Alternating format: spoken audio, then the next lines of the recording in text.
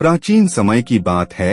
एक छोटे से गांव में एक निर्धन लेकिन ईमानदार किसान रहता था। उसका नाम माधव था। माधव अपने दिन रात मेहनत से काम करता था और जो कुछ भी मिलता उससे ही संतुष्ट रहता था। हालांकि उसकी ईमानदारी और निष्ठा के कारण उसका जीवन बेहद कठिन था। एक दिन वह अपने खेत में काम कर रहा था कि उसे अचानक से एक चमकता हुआ पत्थर दिखाई दिया। पत्थर बड़ा और सुंदर था और देखने में एक बहुमूल्य रत्न की तरह लग रहा था।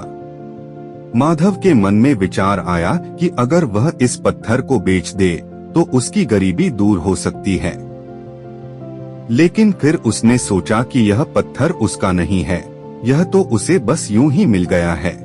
यह सोचकर उसने पत्थर को मंदिर के पास बने एक पेड़ के नीचे रख दिया ताकि कोई जरूरतमंद इसे देख सके और उसका उपयोग कर सके। कुछ दिन बीत गए। माधव अपनी ईमानदारी में मग्न रहा। तभी एक दिन गांव में एक साधु आए। साधु को गांव के लोगों ने बताया कि माधव एक बहुत ईमानदार व्यक्ति है। साधु ने माधव से मिलने का निश्चय किया और उसकी ईमानदारी की प्रशंसा की।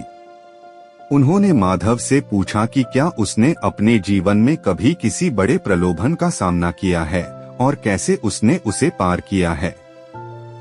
माधव ने साधु को रत्न के बारे में बताया और कहा कि उसने उसे नहीं रखा क्योंकि वह उसकी मेहनत का फल नहीं था।